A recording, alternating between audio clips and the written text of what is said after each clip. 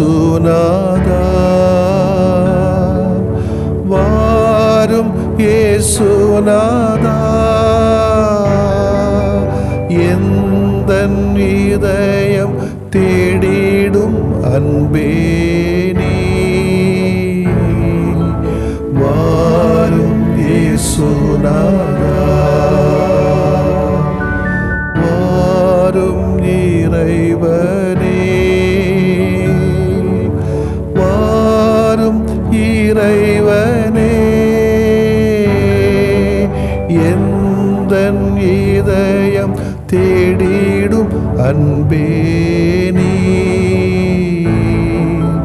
வாரும் இறைவனே வாரும் இறையாவியே வாரும் இறையாவியே எந்தன் இதயம் தேடிடும் அன்பே நீ வாரும் இறையாவியே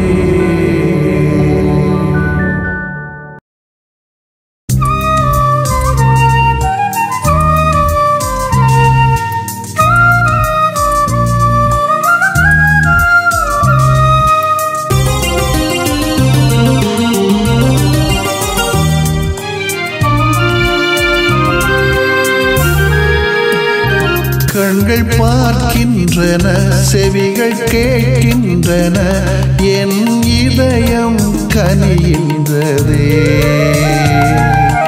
கலக்கம் உனக்கில்லையே கலக்கம் உனக்கில்லையே கண்கள் பார்க்கின்றன செவிகள் கேட்கின்றன என் இதயம் கனிகின்றதே கலக்கம் உனக்கில்லையே கலக்கம் உனக்கில்லையே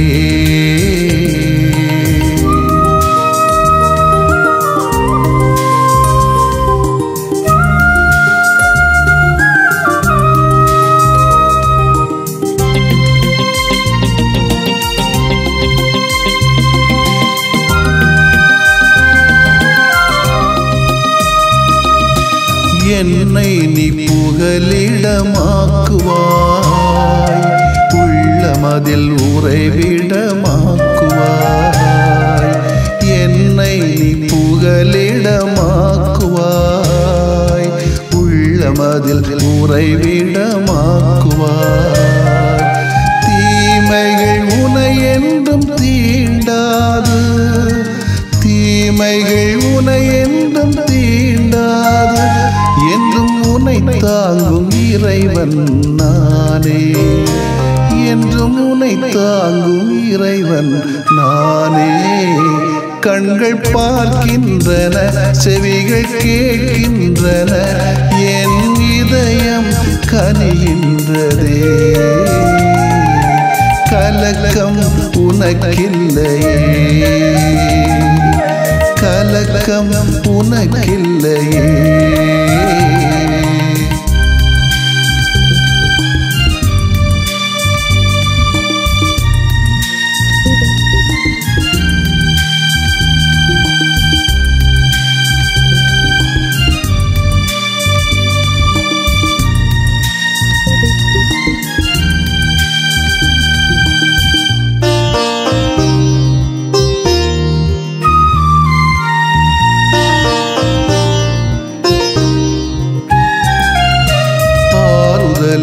அரணாக கொள்வாய் அமைதியின் நிழலில் தங்குவாய் ஆறுதலில் அரணாக கொள்வாய் அமைதியின் நிழலில் தங்குவாய் தொற்று நோய்கள் உன்னை தொடரா தொற்று நோய்கள் உன்னை தொடரா உன்னை நிதம் தேற்றும் கடவுள் நானே உன்னை நிதம் தேற்றும் கடவுள் நானே கண்கள் பார்க்கின்றன, செவிகள் கேட்கின்றன, என் இதயம் கனிகின்றதே.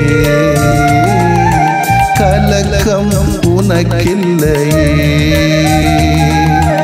கலக்கம் உனக்கில்லையே.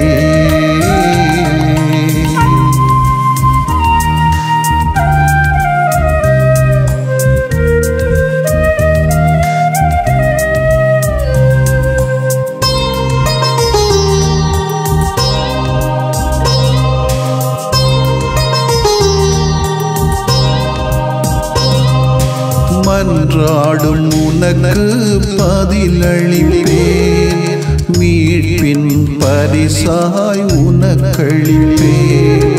மன்றாடும் உனக்கு பதிலளிப்பேன், மீட்பின் பரிசாய் உனக்களிப்பேன். இரவின் தீயில்கள் தாக்காது, இரவின் தீயில்கள் தாக்காது, முழு நல வாழ்வின் தெய்வம் நானே, முழு நல வாழ்வின் தெய்வம் நானே. கண்கள் பார்க்கின்றன, செவிகள் கேட்கின்றன, என் இதயம் கனிகின்றதே. கலக்கம் உனக்கில்லையே, கலக்கம் உனக்கில்லையே. கண்கள் பார்க்கின்றன, செவிகள் கேட்கின்றன, என் இதயம் கனிகின்றதே. கலக்கம் உனக்கில்லையே, கலக்கம் உனக்கில்லையே, கலக்கம் உனக்கில்லையே.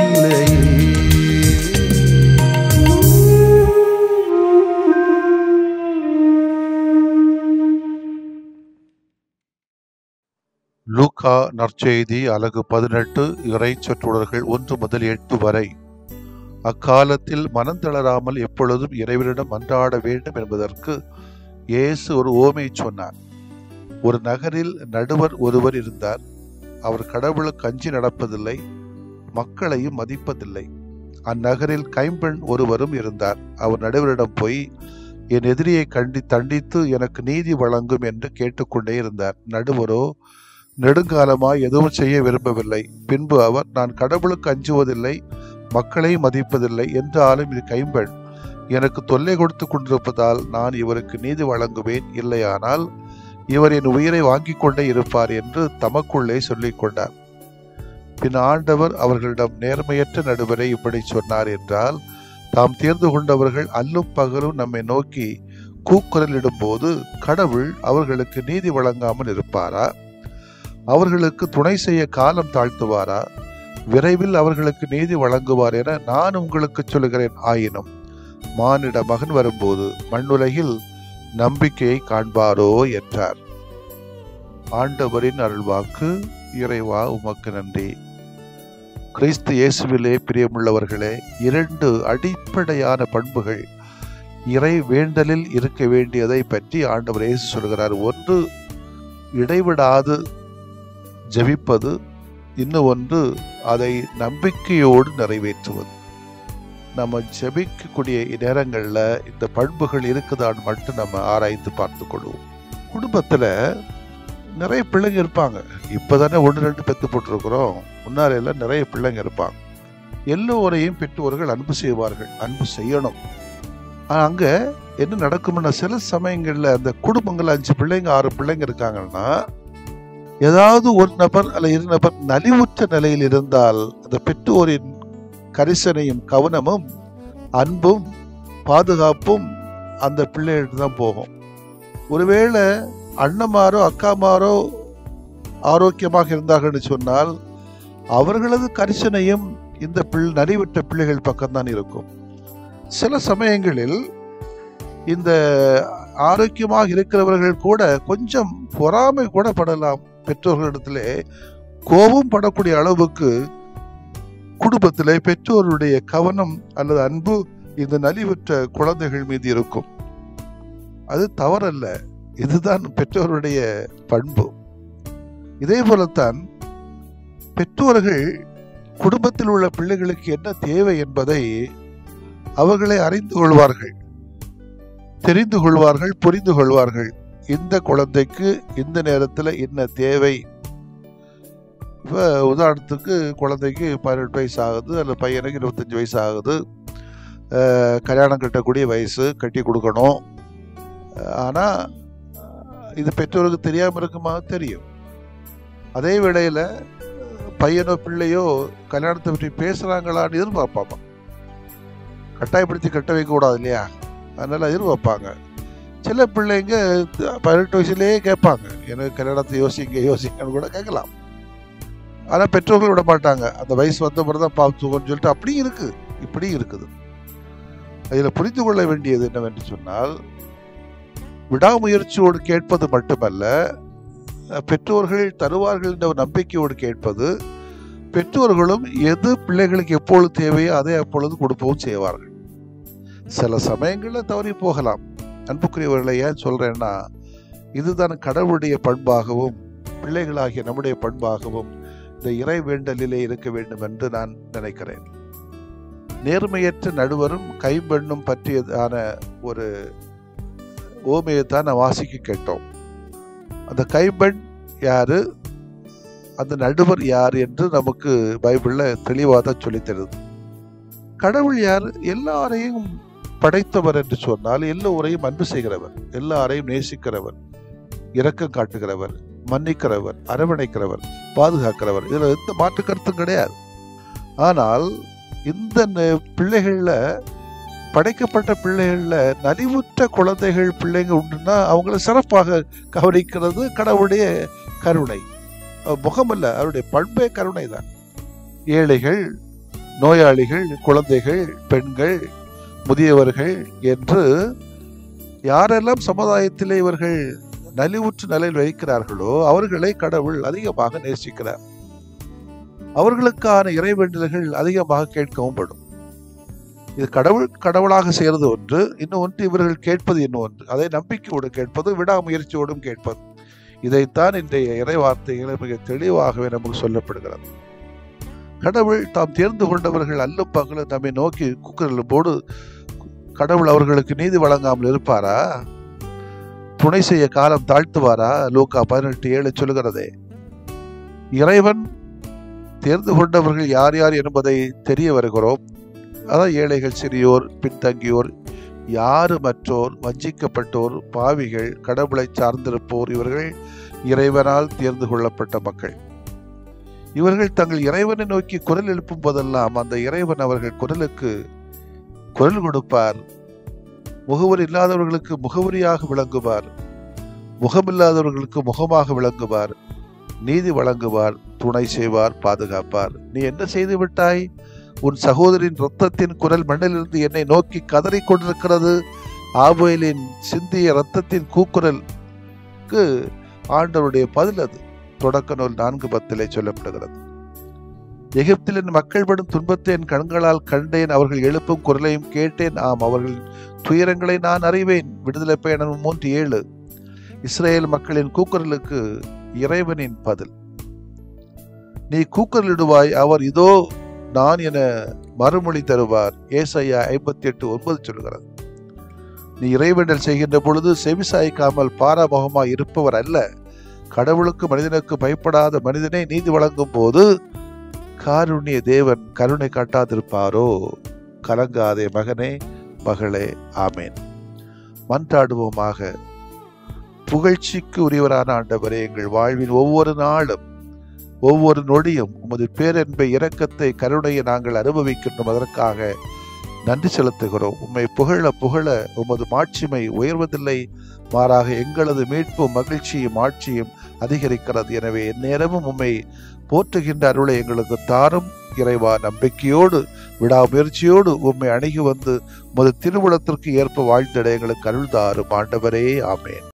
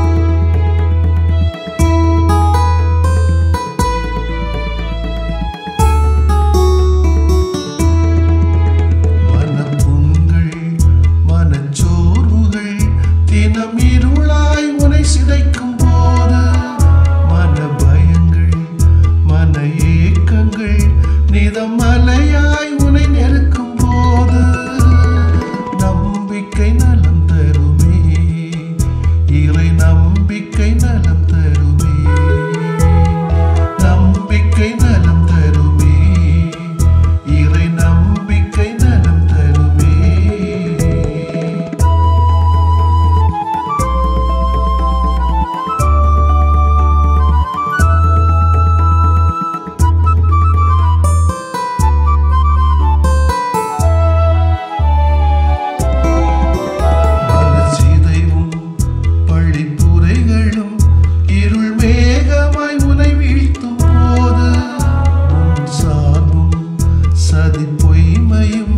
தடைக்கல்லாய் உனை சாய்க்கும் போது நம்பிக்கை நலம் தருமே, இறை நம்பிக்கை நலம் தருமே, நம்பிக்கை நலம் தருமே, இறை நம்பிக்கை நலம் தருமே.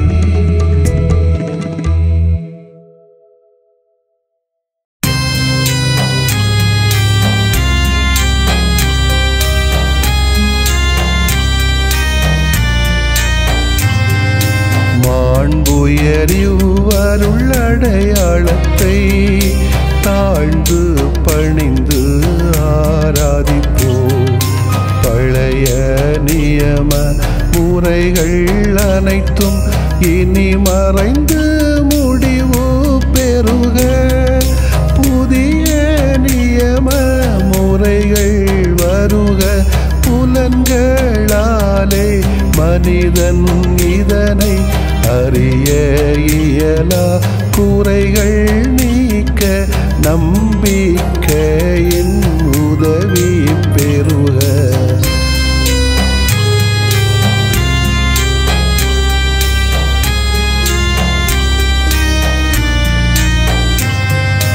தந்தை அவர்க்கும் மகன் அவர்க்கும் புகழ்ச்சியோடு வெற்றியாக்கும்.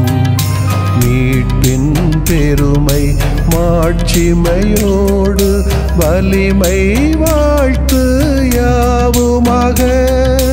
இருவரிடமாய் வருகின்றவராம் தூய ஆவியானவர்க்கும் அளவில்லாத சமப்புகழ்ச்சி என்றுமே உண்டாகுக. ஆமென். வானில் நின்று அவர்களுக்கு அப்பமளித்தீரே, இனிமையெல்லாம் தன்னகத்தில் கொண்ட அப்பம் இதுவே. மன்றாடுவோமாக.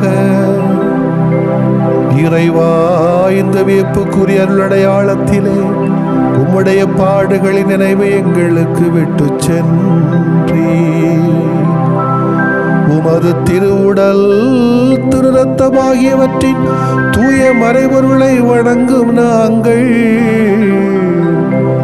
உமது மீட்பின் பயனை இடைவிடாமல் துய்த்து உணர்ந்து மகிழ அருள்வீராக.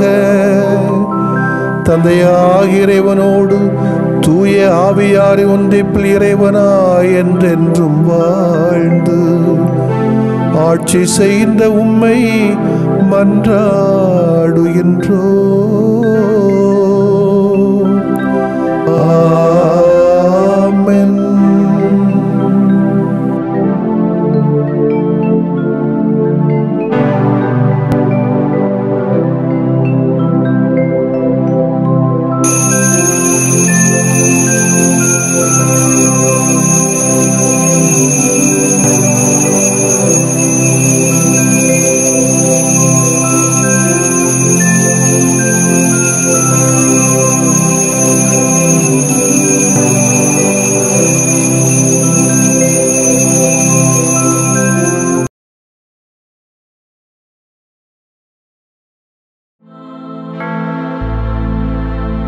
நலவாழ்வு நல்கிடும் தாயே, நல்வாழ்வு தரும் அன்பு தாயே, தவழ்ந்தோ பணிந்தோ உம்மடியில் உம் பாதம் வந்தோ தாயே.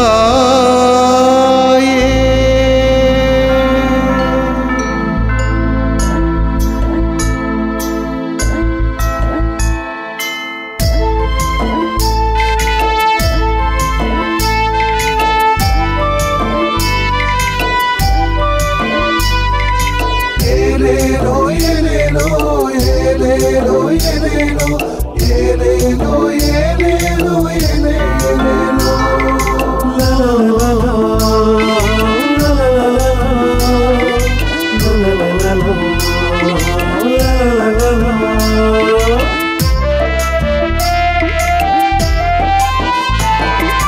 நலவாழ்வு நல்கும் தாயே, நல்வாழ்வு தரும் அன்பு தாயே. நலவாழ்வு நல்கும் தாயே, நல்வாழ்வு தரும் அன்பு தாயே. அருள் வேண்டினோம் தாயே, பதம் பணிந்தோம் தாயே. உமதருள் வேண்டினோம் தாயே, பதம் பணிந்தோம் தாயே. தவழ்ந்தோம் பழிந்தோம் மடி சாய்ந்திட, துணிந்தோம் இணைந்தோம் வழி நடந்திட.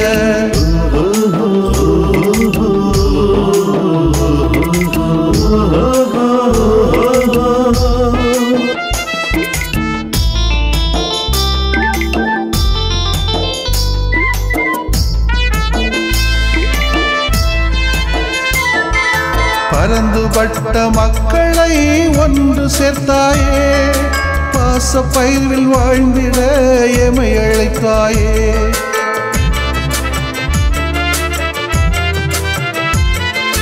பரந்துபட்ட மக்களை ஒன்று சேர்த்தாயே, பாச பயிர்வில் வாழ்ந்திட எமை அழைத்தாயே.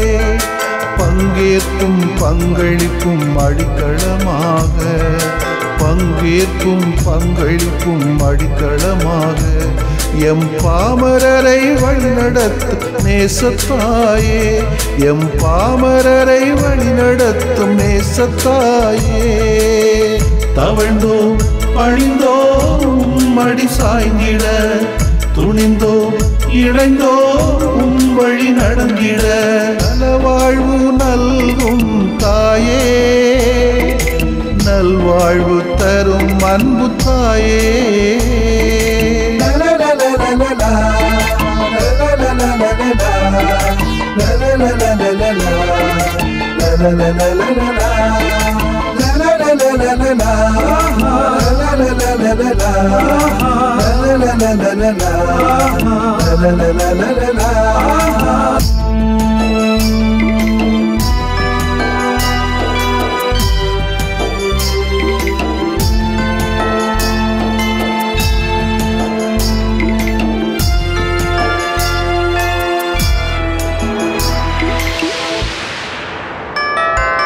அலைகள் போல் துன்பங்கள் பல நேரிடினும் நம்பிக்கையை நங்கூரமாக்கினாயே.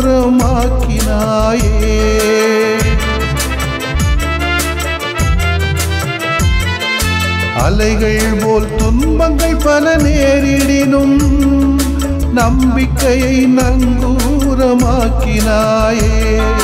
விளிம்பினிலை மையமாகும் திருபவையாக, விளிம்பினிலை மையமாகும் திருபவையாக எமை ஒன்றைப்பில் பயணிக்க பாதை காட்டமா. எமை ஒன்றைப்பில் பயணிக்க பாதை காட்டமா. தவழ்ந்தோம் பழிந்தோம் மடி சாய்ந்திட, துணிந்தோம் இணைந்தோம் வழி நடந்திட. நலவாழ்வு நல்கும் தாயே, நல்வாழ்வு தரும் அன்பு தாயே. நலவாழ்வு நல்கும் தாயே, நல்வாழ்வு தரும் அன்பு தாயே. உமதருள் வேண்டினோம் தாயே, பதம் பணிந்தோம் தாயே. உமதருள் வேண்டினோம் தாயே. தாயே, பாதம் பணிந்தோம் தாயே, தவழ்ந்தோம் பணிந்தோம் மடி சாய்ந்திட, துணிந்தோம் இணைந்தோம் வழி நடந்திட, நல வாழ்வு நல்கும் தாயே, நல்வாழ்வு தரும் அன்பு தாயே.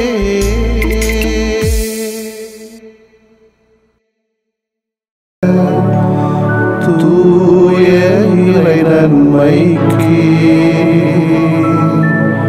எல்லா காலமும் தொழுகையும் புகழும் போற்றியும் ஆட்சிமையும் உண்டாக கடவது. போற்றியும் ஆட்சிமையும் உண்டாக கடவது. தந்தை, மகன், தூய ஆவியாரின் பெயராலே ஆமென்.